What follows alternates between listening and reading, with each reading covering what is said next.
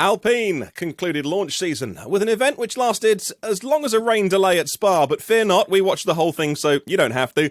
They even carved out time to thank the CEO's mum, I kid you not, and their official lubrication partner. Good to know Otmar doesn't chafe. But anyway, are we all pretending the internet didn't show us this car already on Valentine's Day on those spy shots? All right, let's pretend then. I'm Martyn Lee, host of the Autosport podcast, joined by our own Matt Q, who just sat through the whole thing. I mean, at least you, with a water sponsor, you weren't at risk of getting dehydrated.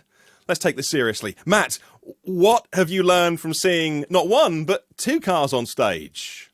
Well, Martin, I don't think this is gig as salubrious as you make up. I've had to stand through that, and I've not been offered water, but I'll make sure I'll make my way over to the bar in a bit.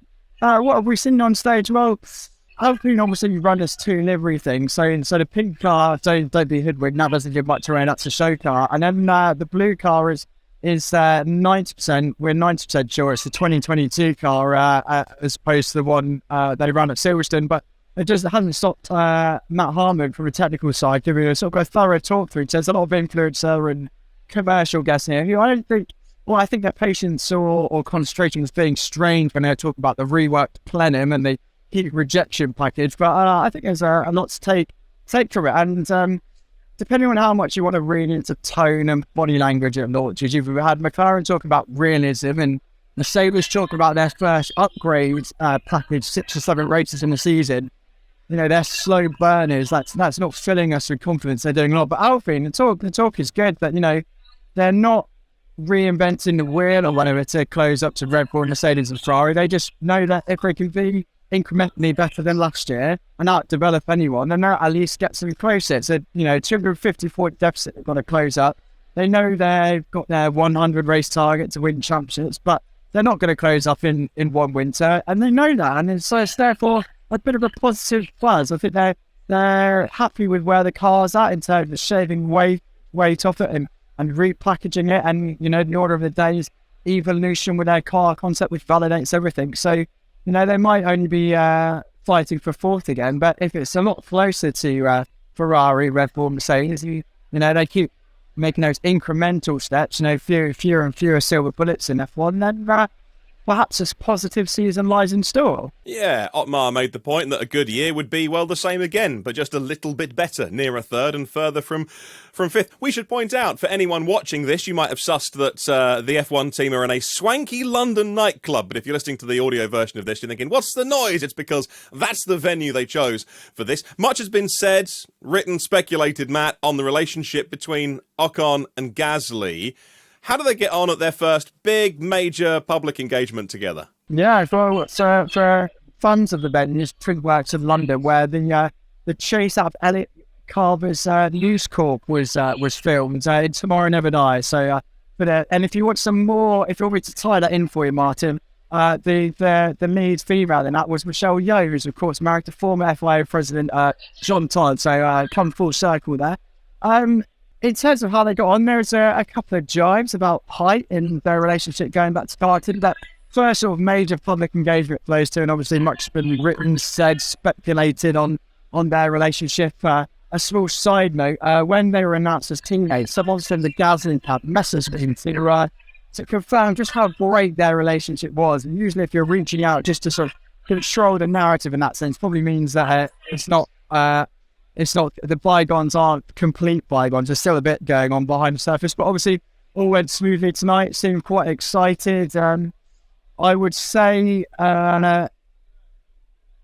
in a post-Alonso here, a bit more harmonious going on behind the scenes. As long as the two drivers can maintain that, it's going well. But I should expect everyone towed the party line tonight, so it was all smooth. Smooth start to their relationship. Well, a couple of days ago, McLaren talked of realism, that's the word they used, with the MCL60, and implied a slow start. Maybe they were talking down at other people's expectations. But what's the tone from their biggest rival, Alpine, then? Positive, actually. They've talked quite a thorough tour of the car and the updates from Matt Harmon and the technical package and sort of how to revise the rear suspension to take weight out of the car.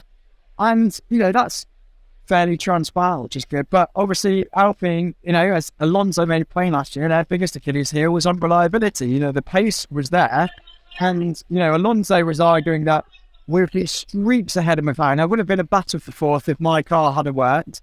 Obviously, McLaren can come back at that and said if we'd had a teammate to Lando Norris that could have scored similar points, then it would have been a much closer contest. But anyway, reliability was a big thing that they worked on. So rather than having like the shrink-wrapped bodywork, that famous coat bottle design, they've actually sort of loosened the belt, if you like, just so they're not so up against it on the cooling package.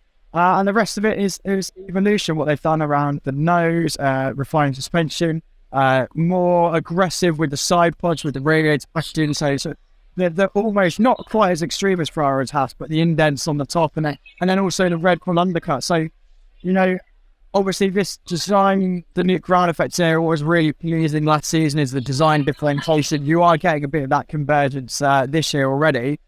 But, they're picking from the best, if you like, so they can move up the order. And there's none of that realism at all. They're saying, what we want here is to be the best team at development. And actually, to be fair to Alpine, certainly their latter half upgrades from Singapore onwards, the steps they took forward were significant. So are they being overly bold and ambitious by saying we can outdevelop Red Bull and Mercedes in the proven quantities? Perhaps. But then again, this isn't, like you say, the McLaren or Mercedes body language is playing from this down. So as long as they're not being sort of overly confident, going to get their fingers burnt, then you'll have to say it's positive steps. Yeah, it's a good point. Otmar made that on stage as well, that not only have you got to close the gap to the top three, but you've got to develop faster to overtake them. Also, I want to talk about how Alpine are rightly proud of their Race Her programme to promote young women in racing. Today, though, was all about girls in karting. And Matt, it's really great they gave those young racers their own time on stage. What did you see? Absolutely. I think that's a critical point. Like you say, is that they're on karting. They on stage, they're through to Esteban Ocon, who's saying, I've been racing karts since I was 4. And credit where credit was due for W Series and all the brilliant stuff it did. But when you're, starting the process at 16, 17, it's too low to compete with, to offset the balance of boys that have been competing since they were, so young. So it's brilliant to see that initiative and where it's starting up.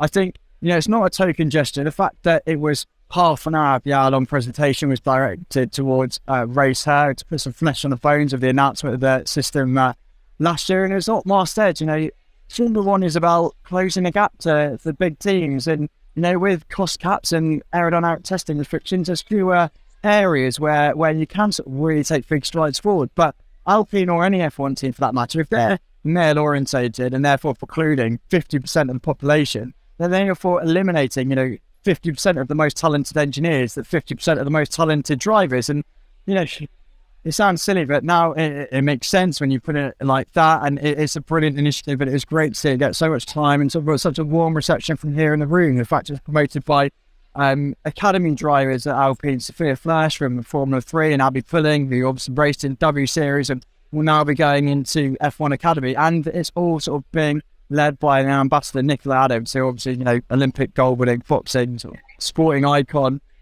strictly come dancer, I think, and just, she's got a great mentality. She was talking about, how she's got the heart of the lioness and what she can provide as a mentor to those drivers. So yeah, fantastic initiative, and seems to be going about things the right way. I think F1 with its push for female equality can have too many. One team has one program, another team has another program. W Series, F1 Academy, they've got the same goal, but none of them are working together, which is a shame, and that needs to be addressed. But of the team initiatives, Racer has got to be right up there from the get-go. Absolutely. Well, look, this was the final car launch of 2023 in terms of spectacle and format. We can see behind you, it's just starting to quieten down a little bit more. How did it compare to the others that you've been to?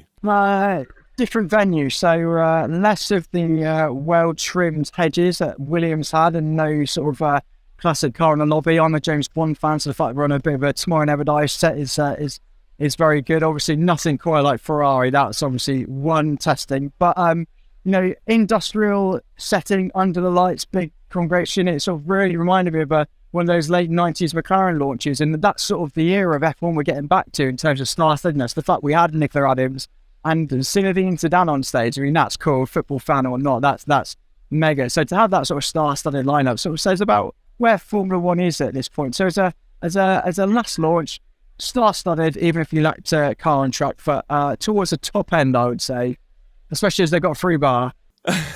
We'll let you go. Hey, have you got your passport ready for Bahrain next week? Absolutely. Passport, media pass, visa, everything. They have to let me in, surely. Well, there we go. Launch season is over. Next, we fly to Bahrain.